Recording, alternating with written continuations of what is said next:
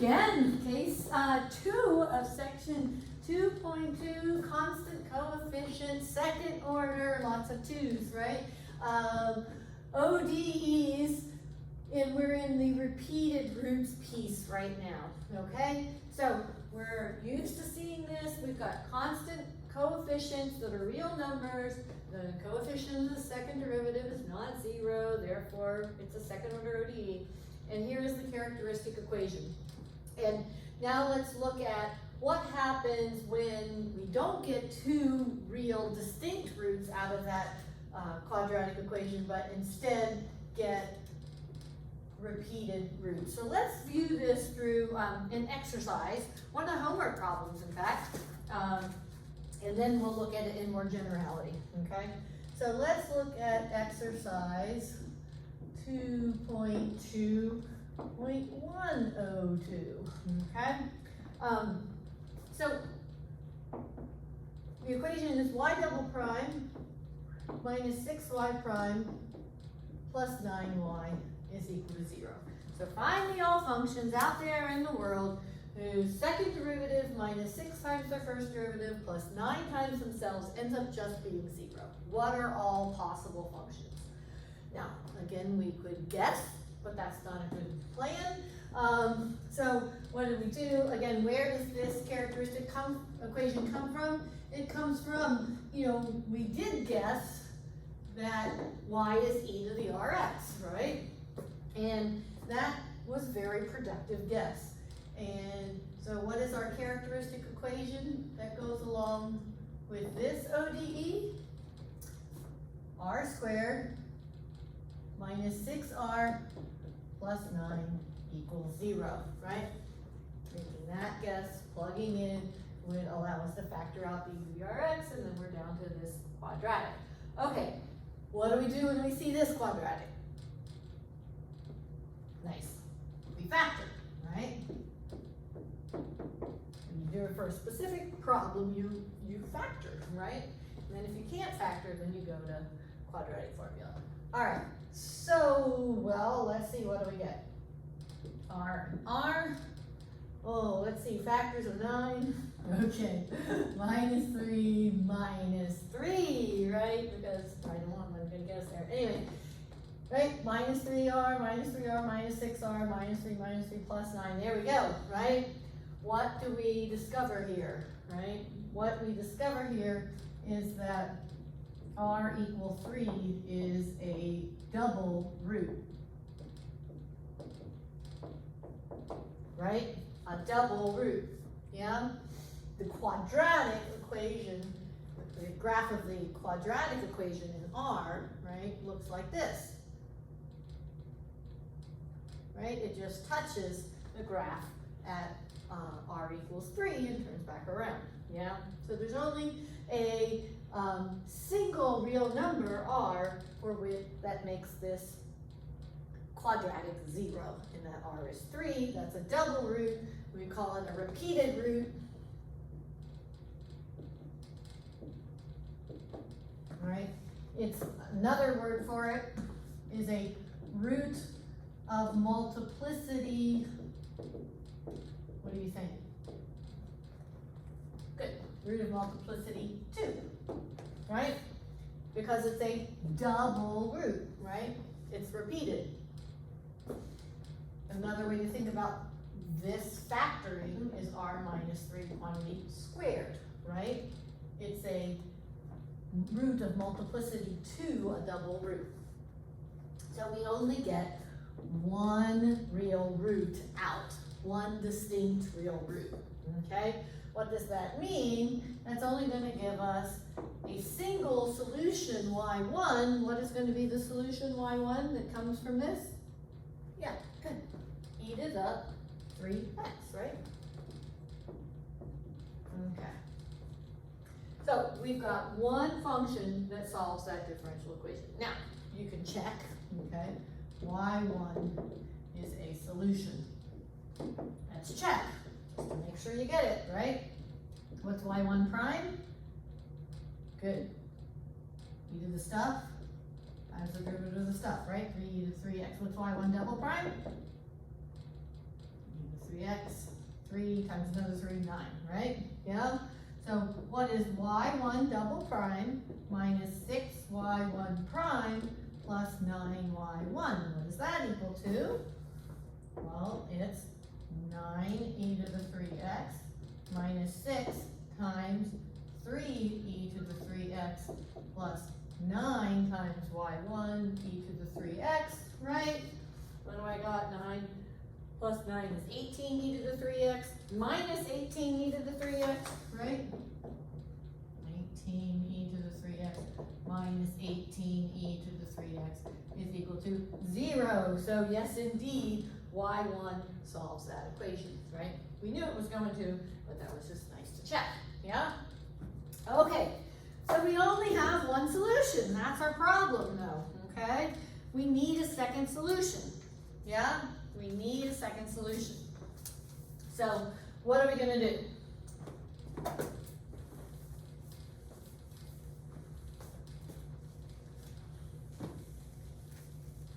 Unlike case 1, we don't get out another guy. So what to do?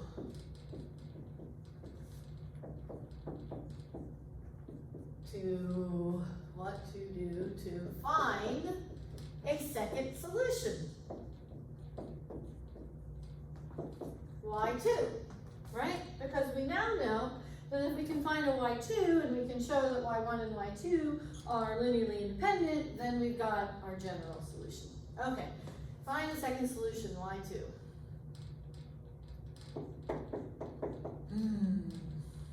Any ideas? Make something up? Pull something out of thin air? I don't know. We want to make it as easy as possible, right? Okay? So you want to use what you know, plus think like as easy as possible. So could a useful second solution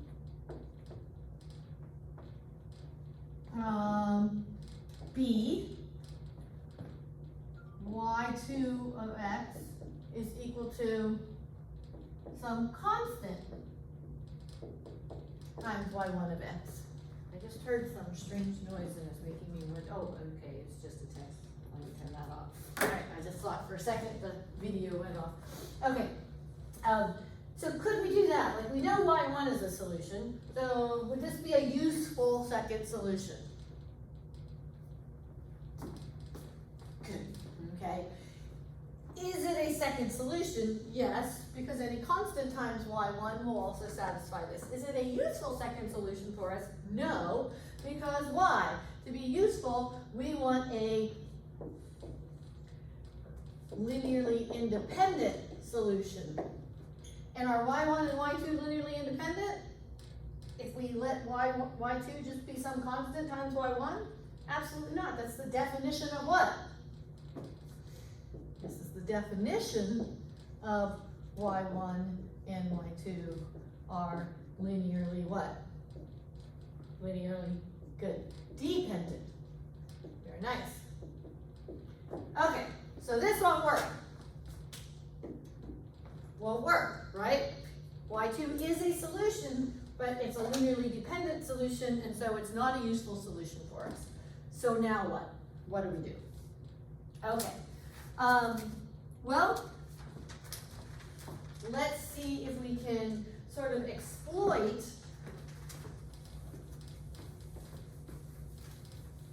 that idea. We know we need another solution. We know y1 is a solution.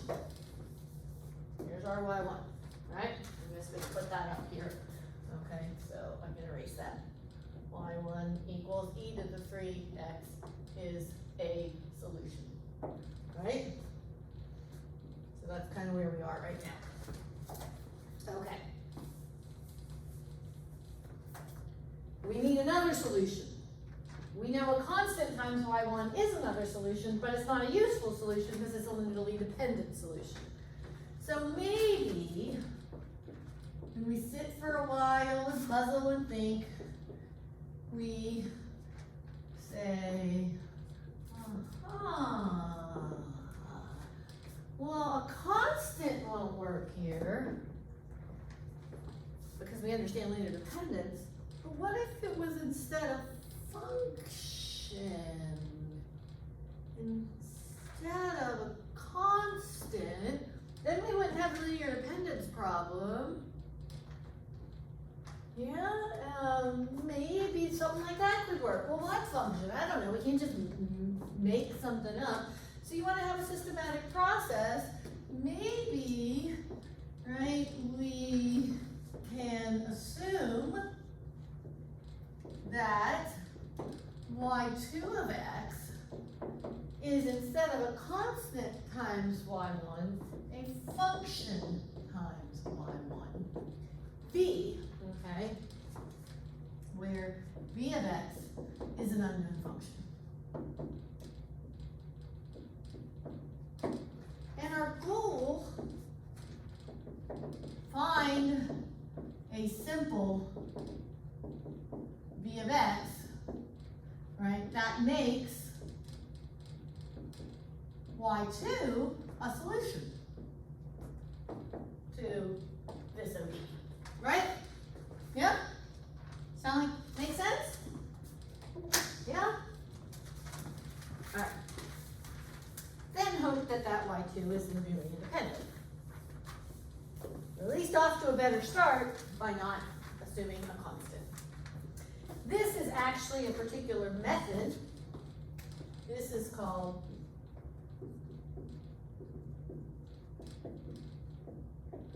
reduction of order. Reduction of order is what you do when you know one solution and you want to try to create another solution from knowing one solution. You multiply by a constant, or by a function, an unknown function, and then do what? Take the derivatives, plug back into the equation, and come up with some, I don't know, way to solve for an unknown function. What might appear when we do this? I don't know, take a guess, think about it. So let's go for it, right? All right, let's assume y2 is v of x times y1, right? Well, what are we gonna do? We're gonna hope for y2 to be a solution of that, so we better start taking derivatives so we can plug in, right? So what is then y2 prime of x? Calculus, gotta love it, right? Product rule, so what do we got? First guy times the derivative of the second guy plus the derivative of the first guy times the second guy. Now, I know you're saying y1 of x is this, e to the 3x, right? This is what y1, and I'll just even put that in there. That's what it is. But we're not going to use that right now. We're just going to leave y1 alone, okay? It's just nicer to do this, okay? Eventually, we'll plug that in. All right, there's y prime, there's y2 prime, so then what's y2 double prime? Well, couple product rules, right? So here we go. You write, see if you can write it faster than me. All right, here we go. First guy times the derivative of the second guy, right? Plus the derivative of the first guy times the second guy, yeah? Okay, v times y1 double prime plus v prime times y1 prime plus another product rule, right? First guy times derivative of the second guy plus derivative of the first guy times the second guy. Yep, there we are, product rule. Okay, well, let's see, what do we got in here? We've at least got this, right? These two guys are the same thing, v prime times y1 prime, right? So we got plus 2 v prime of x times y1 prime of x plus v double prime of x times y1 of x. Yes? All right, let's plug in. Ready?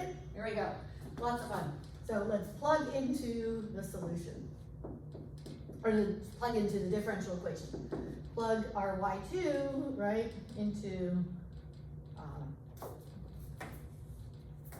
plug y2 into our ODE. Yeah? Ready? Here we go.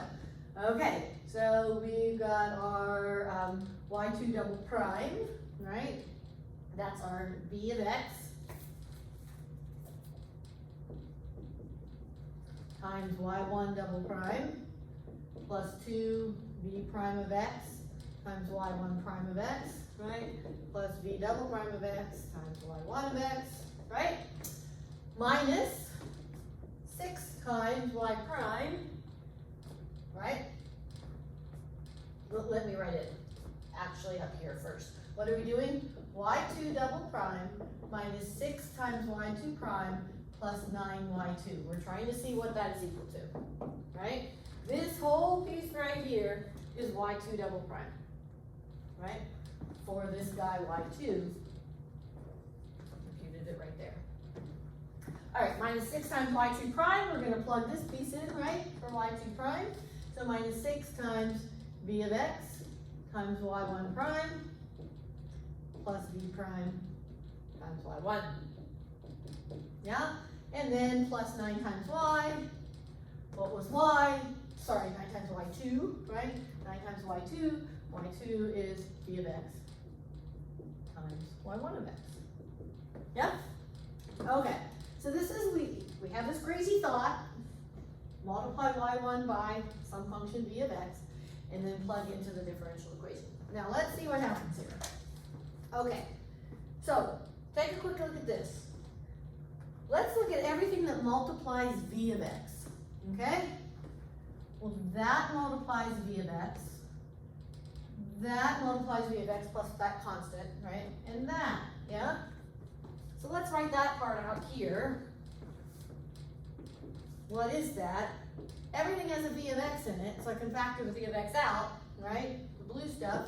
And then what do I have? y1 double prime minus 6 times y1 prime, right? Plus 9 times y1, having factored out the v in each one of those terms, right? We still have all these terms, yeah? But that's what we did with those terms, right? Which is kind of exciting. Are you excited? Do you see it? But let's keep going. We'll get to there in a sec. All right, plus what? So I'm just gonna go back to black here now. Plus these guys, yeah? So I'm gonna just gather up the stuff that is multiplying v prime now, okay? So plus v prime of x times what? 2y1 prime, okay? Minus 6 times y1, yeah? Because we're going to distribute that minus 6 across the entire thing, right? Minus 6 times y1, yeah? And then what's left is just plus this guy, or v double prime. Uh-oh, am I off the board? Plus v double prime of x times y1 of x. I'm gonna have to check and see if you can see that, otherwise I'll have to put it on a different line. How about if we just do this? Sorry. Is that better? Maybe, I think so. Okay, so what happens here? What do we got going on here in the blue? What do we know about y1 double prime minus 6y1 prime plus 9y1? y1 is a solution. I don't care what the actual things are right here. It doesn't matter. We know y1 is a solution of the differential equation, so we know y1 solves this, and so therefore this guy right here is 0, right? That's what we actually checked there earlier, okay? So we know that that piece is 0. Awesome. So v times 0 is 0. So what's left? Just the remaining piece. V prime of x times 2y1 prime minus 6y1 plus v double prime of x times y1 of x. That's what's left, right? Now, remember, what are we doing, right? We want this y2 to be a solution of the differential equation. So what do we want y2 double prime minus 6y2 prime plus 9y2 to be? What does that have to be if y2 is a solution of this equation? It has to be 0, right? Our goal is we want that to be 0, yeah? So what do we have? well, that's equal to this, which is equal to that, which is equal to this. So we want that to be 0, right? So, you know, this just needs to be equal to 0 for y2 to be a solution of the ODE. Right? Well, let's look at this guy for a sec, okay? Now, y1 is a known function, right? So this is just some function of x, and this is some function of x. So really, what is this equation? It's a second order ODE for v as a function of x, right? The only unknown function in this equation, oh, this is that same red marker that I need to get rid of. All right, the only unknown function in this equation is v. y1 is a known function, right? So the fact that there's a derivative of y1 here doesn't mean it's a differential equation for y1. It means you know y1, so you know y1's derivative, right? Okay, so this is a second order ODE for v as a function of x, right? Okay.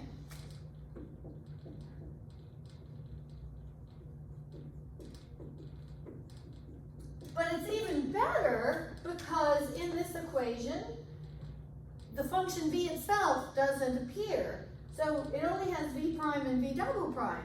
And so in fact, then, it's actually, if we think about v prime as being an unknown function, then it's what order equation for v prime? I heard it. It's a first order ODE for v prime as a function of x.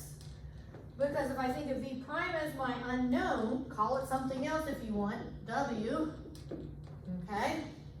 Then this is w of x, and then this guy is w prime, and then it becomes a first order ODE for w as a function of x, and then that first order ODE is separable. Woohoo! So we can integrate and solve, and right, and remembering that these guys are known. And then once you find out what W is, then you just integrate to find out what V is, right? Okay, your book discusses that in section 2.1 a little bit toward the end for a more general second order linear homogeneous differential equation, not constant coefficient. So the idea of reduction of order is bigger than what we're doing right here. But we don't have to actually do that for this problem. We don't have to go through all that work for this problem because constant coefficient ones are kind of fun and cool here. So let's take a look. Before we go to all this trouble to try to do that, let's just look at this term in brackets, right? Because we did say, hey, wait a minute. We do know what y1 is, right?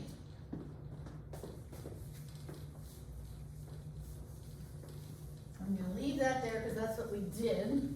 That's what we're looking for. If we figure out v, then we know what y1 ought to be, right?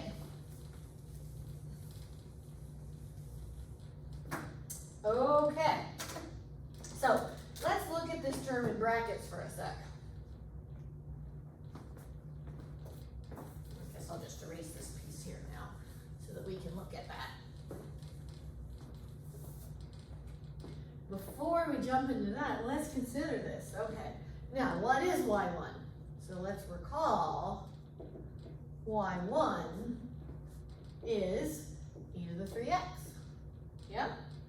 So what is y1 prime? 3e to, maybe you've been screaming this at home for a long time. 3e to the 3x, right? So what is 2y1 prime, which is in this bracket, minus 6y1, right? 2y1 prime minus 6y1. It's 2 times 3, which is 6, e to the 3x, minus 6, e to the 3x. What just happened? 6e to the 3x minus 6e to the 3x? What is that? That's 0, right? This bracket became 0 magically in this one problem that we tried, right? This must be an awfully special one. It's good we picked that one, so this became super, super easy, right? Right? Okay, we'll see. All right, so what did we just show? We just showed that part Well then, we'll hold our horses here, right? What was the goal, right? The goal is that that whole equation is equal to 0, yeah? By plugging into here. And if that whole equation is 0, right?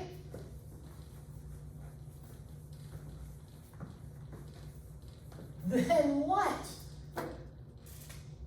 What does that now say? V prime times 0 is gone. What is left? That reduces to V double prime times y1 of x is 0. Now, what do you know about y1? It's e to the 3x, right? What do you know about e to the 3x? It's positive, right? So if the product of these two things, does this sound familiar? The product of these two, oh, sorry. Well, at least there's not people sitting here. If the product of these two things is 0, right? Then, and this one is positive, what does that mean has to be true? V double prime of x is 0. Woohoo! So in this reduction of order, for our nice problem right here, this, term went away magically, right? And we're just left with this. And you know how to solve this guy, right? What are all functions out there in the world whose second derivative is 0? Very nice. V of x is a linear function. Ax plus b, right? Okay. So let's talk about this. Okay. Well, then what are we gonna do? This is pretty cool, right? This is awesome. We've just found the v, right? Like, we thought that seemed like a little bit crazy, right? Okay, but here it is, right? So we're saying v ought to be ax plus b. Okay, so let's hold on before we put that in there. Ax plus b times y1, right? That's what we're kind of saying y2 ought to be. So now let's stop for a sec. Now, provided, right, y1 and y2 are linearly independent, which we'll get to in just a sec, right? But provided that's the case, then our general solution would be y is c1y1 plus c2y2. Now I'm purposely not just using that specific y1 because it's more general than this one equation, right? Okay, so the general solution would be this, yes? Okay, all right. Now, can you give me a reason why I could just ignore the b part? I mean, the general solution to this guy is ax plus b, right? But why should I just be like, oh, well, I don't need the b? Why? If they're both linearly independent, right? This is going to be my general solution. My general solution will involve an arbitrary constant times y1, right? If I'm letting y2 plus an arbitrary constant times y2, right? If I'm letting y2 be this function times y1, well then that part is just already taken care of with an arbitrary constant times y1, right? Does that make sense? And so there's no need to introduce another arbitrary constant times y1. Yeah, we already have that. And so for that reason, we can be like, oh, we don't need the b. Yeah? So then that brings us down to, okay, well instead, b ought to be a times x times y1. Yeah? Now, what do you think? What am I asking now? So that's our y. So should we let y2 be a times x times y1? Some constant times x times y1? No, right? Why? What are we going to do? If y2 is linearly independent with y1, then we're going to throw it into this general solution. We're going to multiply it by an arbitrary constant, right? So, since we're already going to multiply it by an arbitrary constant, should we multiply it by an arbitrary constant here? No. Good. Okay? And so that says we don't need the a either, right? We need the x, but we can take the a to be 1 and the b to be 0, right? The simplest possible v. this v works, ax plus b, it still works, but we don't need it to be that general because it's already contained within our constants there. Yeah, does that make sense? So therefore, what do? Right, we take v of x to be x times y1 of x, okay? X times y1 of x, because that gets us a new solution that doesn't repeat stuff that's already going to be in our general solution. Yeah? Okay, that's the more general idea. So what should we take our y2 to be then? So y2 for us is x times e to the 3x. This is the second solution. That is a solution. You should check for yourself. Check for yourselves. Now, this y2 does satisfy that differential equation. You get lots of more fun practice with specific product rule, right?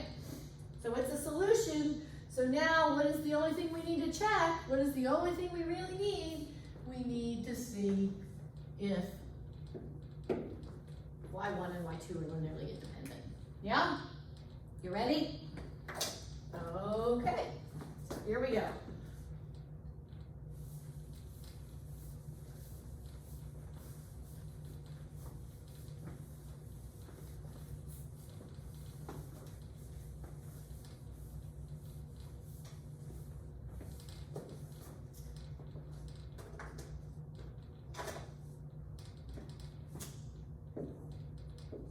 So, we could say it like this. Is e to the 3x, x e to the 3x, a fundamental solution set?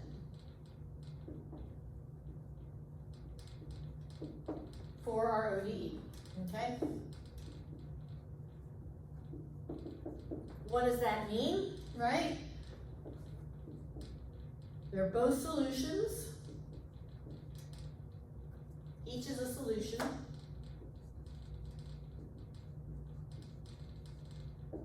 Yep, check. We got that. Okay, and they are linearly independent. So that's what we need to check. How are we going to check that? Linear independence, we're going to consider, which we did so well in the last video, the linear combination of these two guys, right? Consider C1 e to the 3x plus C2x e to the 3x. That's the linear combination, C1y1 plus C2y2. Set that equal to 0. That's got to be true for all x minus infinity to infinity. And we're going to see if we can justify that the only solution to this is C1 equals C2 equals 0. What's screaming out at you to do there with that equation? Yeah, I heard it. Good. Factor out the e to the 3x. Yeah. E to the 3x. What's left? C1 plus C2x is equal to 0, right? Yeah? What do we know about e to the 3x? Positive. Positive times something else equals 0 means that something else must be 0, right? And so C1 plus C2x has to be 0 if this guy is going to be 0, right? Okay, there's lots of different things we could do with this now, with the C1 plus C2x, and I'll just come over here and do it that way.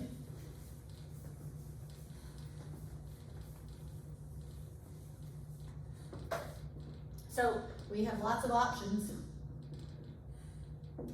We could either say, okay, we've got, so we're at C1 plus C2x is equal to 0. We could either solve, say C2x is equal to negative C1, x is negative C1 over C2, right? And be like, hey, wait, this is a function of x, and this is a constant, and there's no way those two things can be equal. This is not possible. Right? Okay? therefore C1 must be equal to C2, has to be equal to 0, right?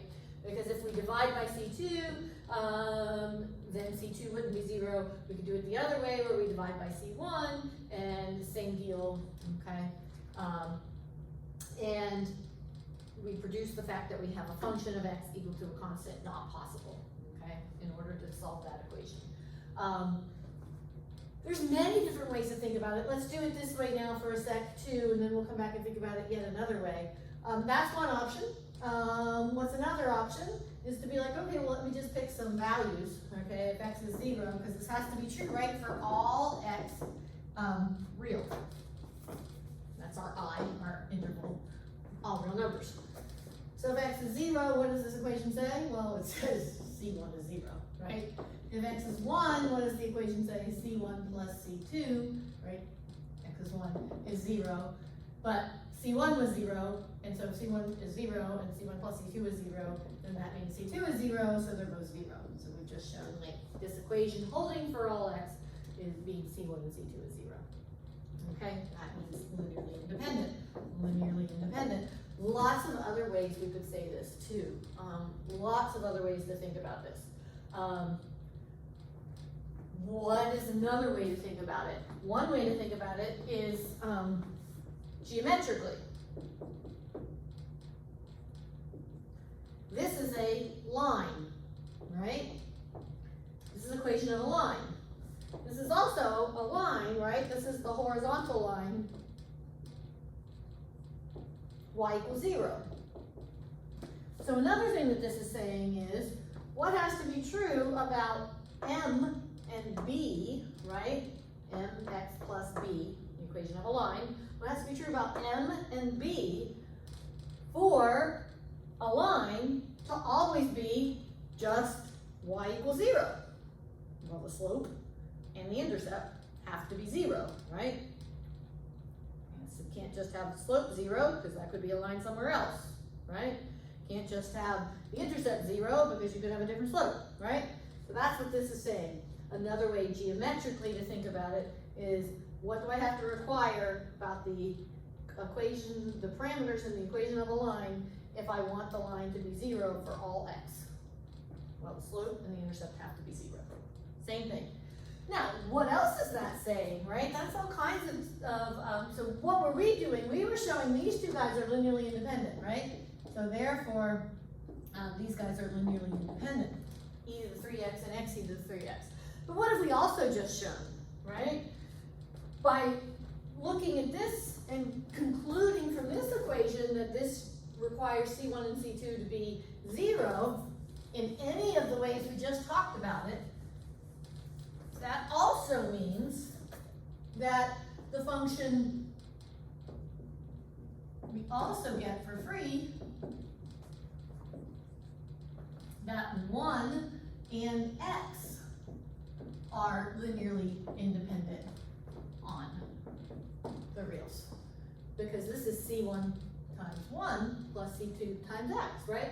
And the only way that can be 0 is if C1 and C2 are 0. So that means 1 and x are linearly independent functions on the reals, right? Okay? Okay, lots of fun stuff for free. Let me see where we are now. We are good to go. Yeah, keep on moving. You guys are like, yes, we're almost at the end of this lecture. Okay, fantastic. So now where are we? Yeah. Let's write down our final solution. We've now justified it all. We know this guy is a solution, that's a solution. We just justified those two solutions were linearly independent, and therefore we can write our general solution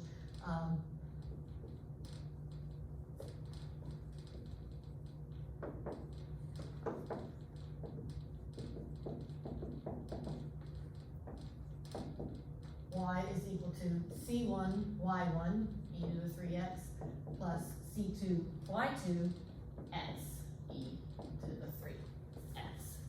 Okay? Now again, coming up, we have a little more theory to go along with why we really can call this our general solution. but we have just solved, right, a single second order constant coefficient ODE that was in the case of case 2 repeated roots.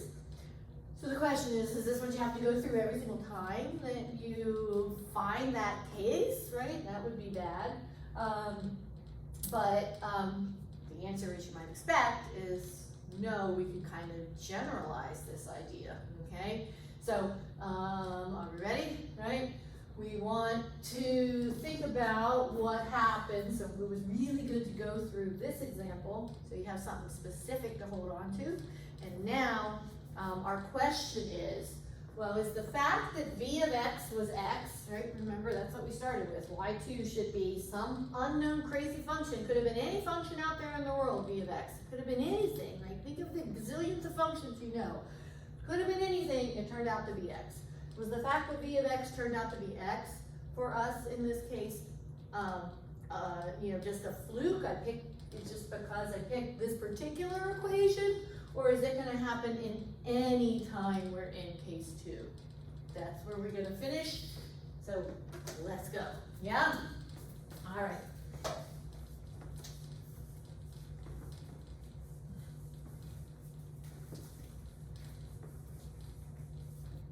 Okay. Is v of x equals x a fluke?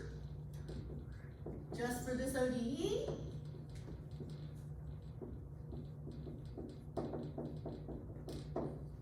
Well, let's investigate.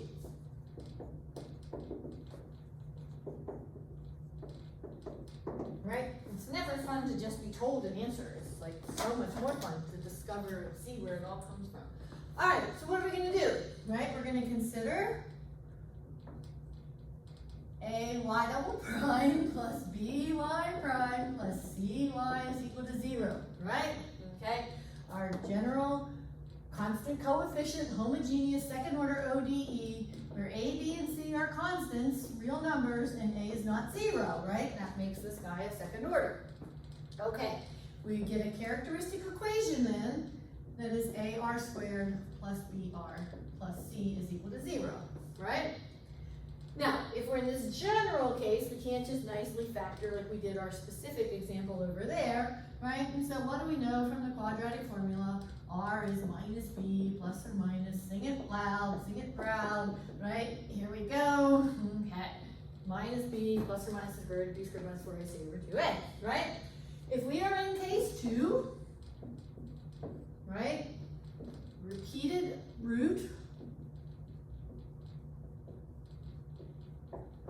then there's only one root, and then what has to be true, right? For there to only be one root, b squared minus 4ac has to be 0, right? So that we get nothing from here, right? This is 0, and so what is left? That means then that our single root is r is minus b over 2a, right? It's good that a wasn't 0, yeah? Okay, so this is our r, and therefore what is our y1? E to the rx minus b over 2ax. Right? Now you're never going to memorize this. You're just going to do it the way we did here. And if you come up with the real root, then with a double root, then what we're about to go through is going to justify that you can always just do this. Yeah? Okay. Spoiler alert. All right. So here we go.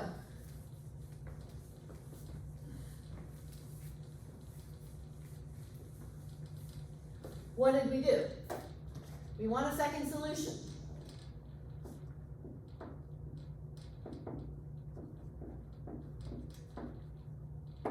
Yeah?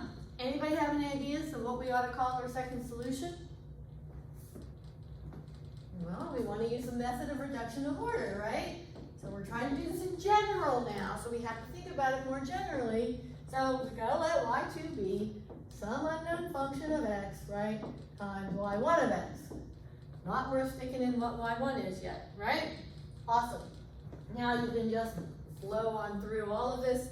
I'm just going to write down, we're going to do the exact same thing, right? y2 prime equals y2 double prime equals, we already did that in generality, right? And so what do we get? Then we do, what do? We plug y2 into the ODE. Now what's our ODE? It's this guy, right? So we're gonna have A times y2 double prime. Now, let's just write it down. And then we're gonna want what? We're gonna want the ODE to hold. So let's just go with that right now. We're gonna want 0 to be equal to A y2 double prime plus B y2 prime plus C y2, right? That's what we want to be true. That will make y2 a solution. But what is this expression? Now you should know where this came from because we did it before, right? So I'm just going to plug it in there. What we have v of x, y1 double prime plus 2 v prime of x times y1 prime plus v double prime of x times y1. I'll just stop the of x's just to give myself less to write.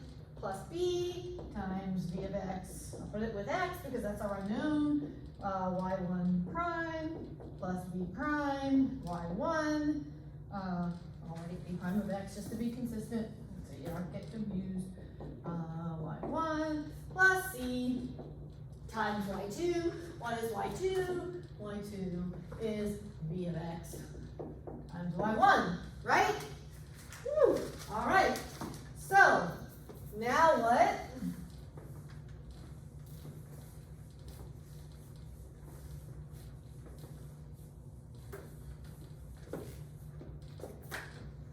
Let's see. I just wrote on myself. What did we do before? We gathered up everything that had a v multiplying it, right? And so that is equal to, I'll factor that v out. Those three terms of what will I have? A y1 double prime plus b y1 prime plus c y1. We're getting excited, right? Okay. We got that. Then we've got plus. Then what am I going to factor out? The v prime, right? Okay, so plus v prime times what? So here's a v prime and here's a v prime, right? So what's multiplying v prime? 2a y1 prime. 2a y1 prime. Yes? And then what's multiplying v prime here? b y1 plus b y1. Yeah? And then our final piece is this guy all out there alone multiplied by a, right? Plus a times v double prime times y1, right?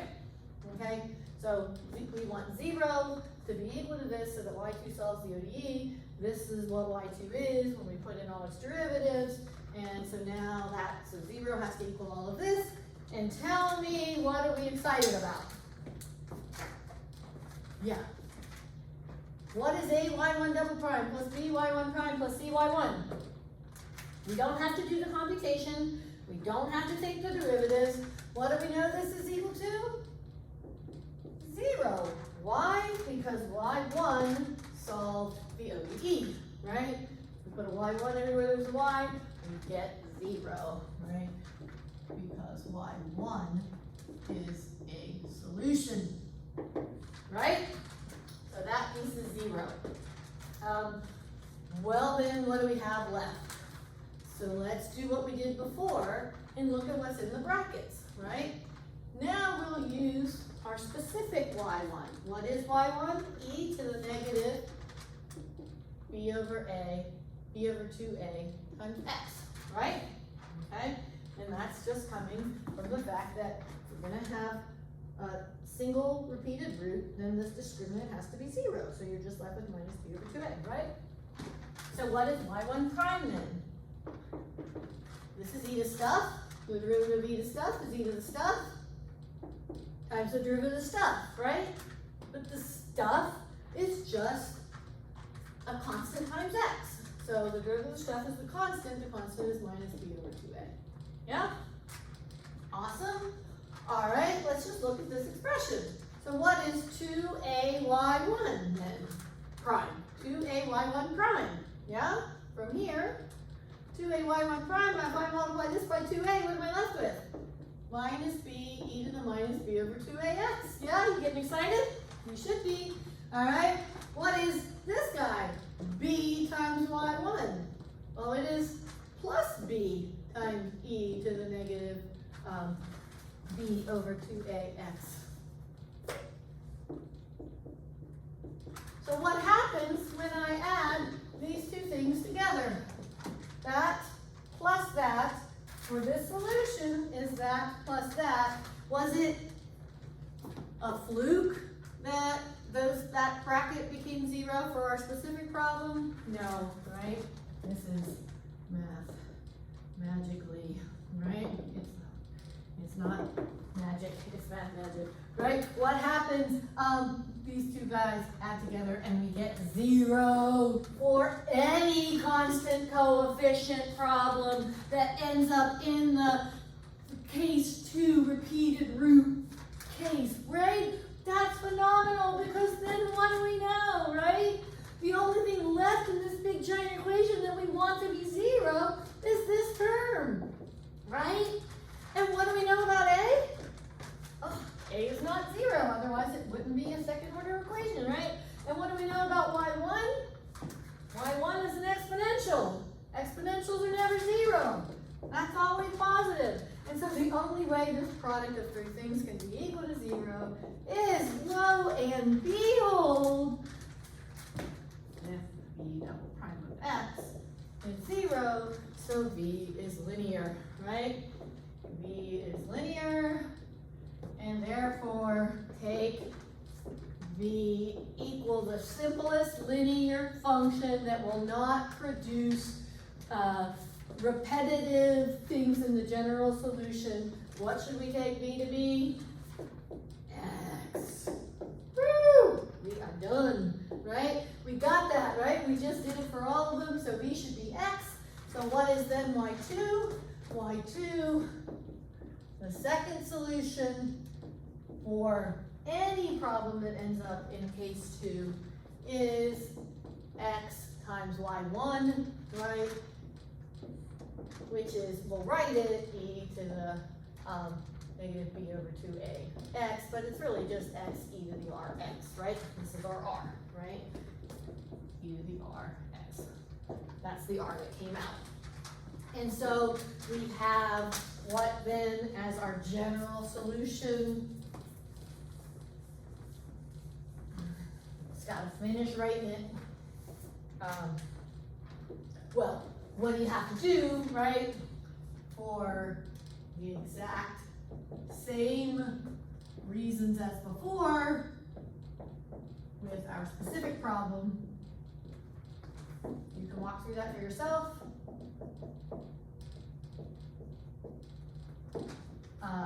E to the rx and x e to the rx. Doesn't really matter that r is negative b over 2a.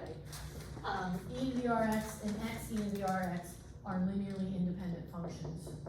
And since they're linearly independent functions, then that gives us our general solution in case 2 is y is, too much I can eat. Y is c1 e to the rx plus c2 x e to the rx, where r is the double root of the characteristic equation.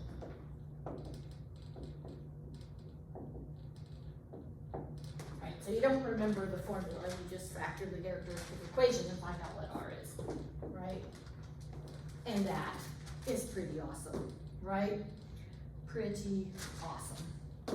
And that will be the end of case 2. Stay tuned for case 3.